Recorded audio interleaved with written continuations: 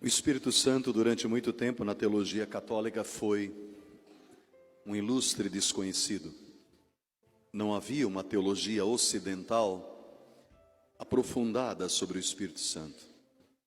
Somente a partir, talvez, de São Tomás de Aquino e outros, isso vai se aprofundando.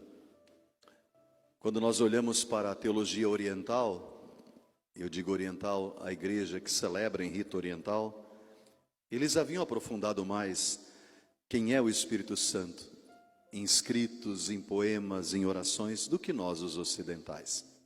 Por isso a igreja tem dois pulmões, o pulmão do Ocidente, o pulmão do Oriente. Os dois se completam. E nós banhamos também nos escritos dos santos padres da igreja oriental para entender quem é o Espírito Santo. Talvez somente a partir do Concílio Vaticano II que nós fomos aprofundar, propriamente dito, uma teologia sobre o Espírito Santo. E para muitas pessoas, não que ele não existisse como reflexão, a maioria dos santos que escreveram também sobre ele. Todos os santos tiveram intimidade com o Espírito Santo, senão não haveria aquilo que nós chamamos de batismo no Espírito Santo, que é o divisor de águas na vida deles. Nada mais é do que a tomada de decisão pelo Senhor, o momento da conversão, aquele ponto de virada, como nós dizemos, na vida de cada santo que necessitou se converter ao longo da vida.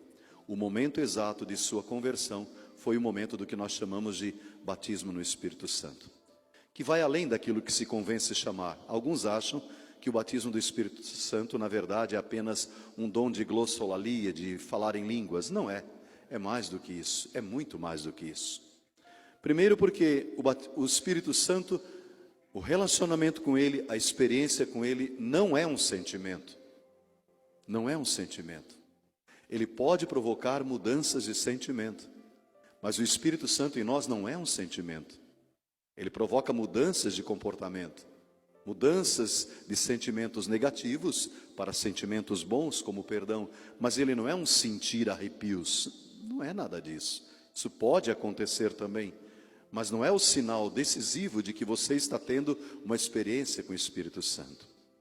O Espírito Santo é um relacionamento com uma pessoa viva da Santíssima Trindade, que nós não sabemos como age, quando age. Ele é livre, ele é como o vento. Nós vemos os sinais de sua presença no dizer do Senhor Jesus. O fato é, ele existia já criando o mundo. O livro do Gênesis diz, o Espírito de Deus pairava sobre as águas para que elas gerassem a vida. Desde o início da criação, como nós vamos ver no prefácio da missa, o Espírito Santo agia. É ele quem vai fecundando os corações, transformando, fazendo com que o plano do Pai possa acontecer para que a vinda do Messias se concretize na terra. Então ele é uma pessoa viva. E a primeira característica, ele provoca uma mudança interior. Uma mudança interior. Você viu que Jesus aparece e diz, a paz esteja convosco.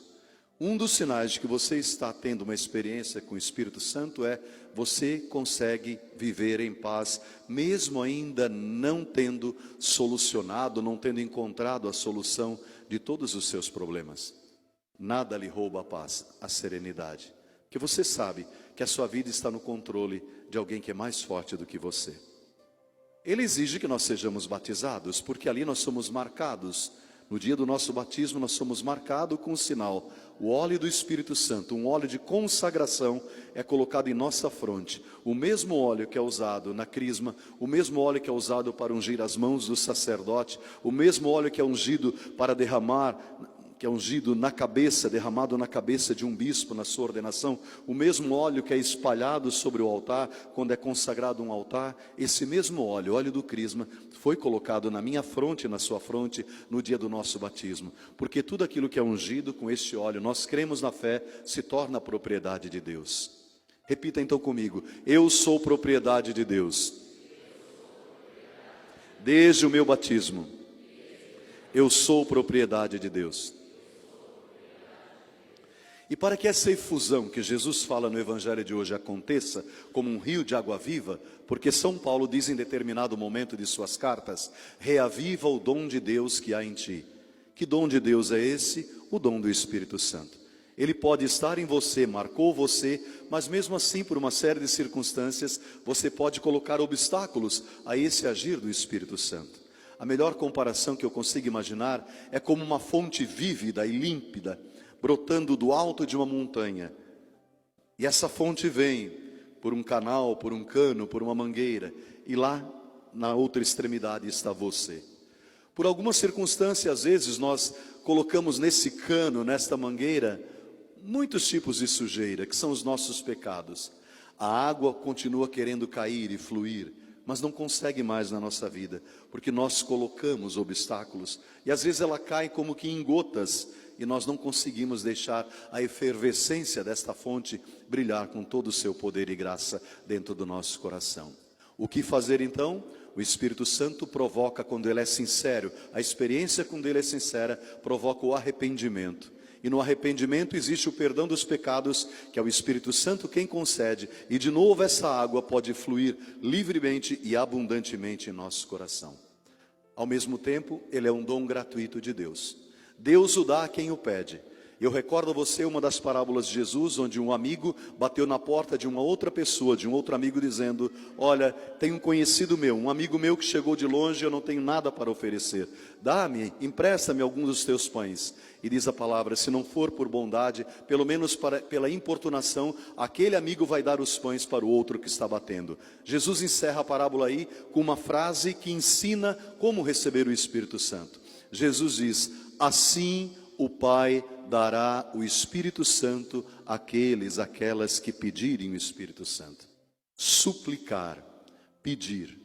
Não, como eu disse, com arrepios, nada disso. Pedir cada dia de nossa vida: Espírito Santo, me acompanha nas minhas decisões hoje. Mostra-me onde está o perigo à minha frente, onde está a tentação para que eu não caia. Ajuda-me a tomar as decisões conforme Deus, porque o maior desafio da vida espiritual é fazermos a vontade de Deus. E se Ele provocar mudança e conversão na sua vida ou na vida de alguém, é sinal de que ali está o agir do Espírito Santo. A consequência: de acordo com aquilo que São Paulo nos diz nas suas cartas, o Espírito Santo necessariamente vai levar ao testemunho de Jesus, crucificado e ressuscitado. Se eu quero o Espírito Santo apenas para a solução dos meus problemas, é sinal de que eu não entendi nada, porque o efeito é conversão e o anúncio de Jesus com a minha vida, com a minha palavra, com o que eu faço em todos os ambientes de Jesus crucificado e ressuscitado como Deus da minha vida. Outra consequência da experiência com o Espírito Santo: eu me sinto amado por Deus, apesar das minhas fraquezas. Outra consequência do Espírito Santo: eu passo a viver em concórdia. Por isso que a Escritura diz em Atos dos Apóstolos: vivificados pelo Espírito Santo, a comunidade dos cristãos tinha um só coração e uma só alma. Na segunda leitura de hoje nós aprendemos que um dos efeitos do Espírito Santo também é pedir segundo Deus. Senhor, que a tua vontade se impere na minha vida sobre a minha vontade. E aí, o efeito final: eu me torno uma pessoa de esperança, esperançoso, esperançosa.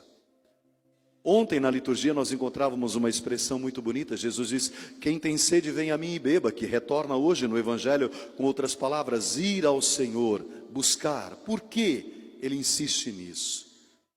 Porque nós somos pessoas marcadas, vamos usar a expressão, com um determinado elemento de fabricação, que somente usando essa peça genuína que é o Espírito Santo, nós conseguimos nos sentir felizes. Sem uma experiência com Deus em nós, nós estamos pela metade. E aí somos vítimas fáceis do maligno, de Satanás. O que Satanás detesta na vida de uma pessoa? O que Satanás detesta? Ele que é o inimigo do Espírito Santo, porque ele é o divisor. Ontem na leitura de Babel nós víamos que onde o Espírito Santo não está, a divisão, a briga, a discórdia, a divisão de línguas está. Ninguém se entende. Onde o Espírito Santo está, acontece o fenômeno contrário. Primeira leitura: todos falavam línguas diferentes, diferentes países, mas cada um dos apóstolos falava naquela língua que necessitavam escutar os ouvintes. O contrário de Babel. Satanás é o divisor. Ele é o da confusão. Ele detesta uma alma que, caindo mil vezes se levanta pelo poder do Espírito Santo. Satanás detesta uma alma humilde, que diz no fundo do seu coração: Senhor, eu pequei, mas em Ti eu confio. Ele detesta uma alma assim. Por quê? Porque ele é ladrão, assassino e o pai da mentira. Ele veio para tentar nos roubar a salvação, dizer a mim e a você: você não é digno do amor de Deus. E o Senhor continua dizendo: você é digno do meu amor. Porque quando você encontrou, fez uma experiência com o Espírito Santo, você encontrou verdadeiramente o amor da sua vida. O amor da sua vida, superior a qualquer amor humano. E aí você sabe que todo o pecado não determina você, porque lá no fundo, na sua alma, você é alguém marcado com o brilho da luz de Deus, capaz de superar todas as dificuldades, capaz de se erguer 1000 vezes, capaz, como dizia essa sequência que cantamos, deixar-se ser lavado. Lavai o que é sujo, regai aquilo que está endurecido, Senhor, curai aquilo que está doente por dentro. Amém.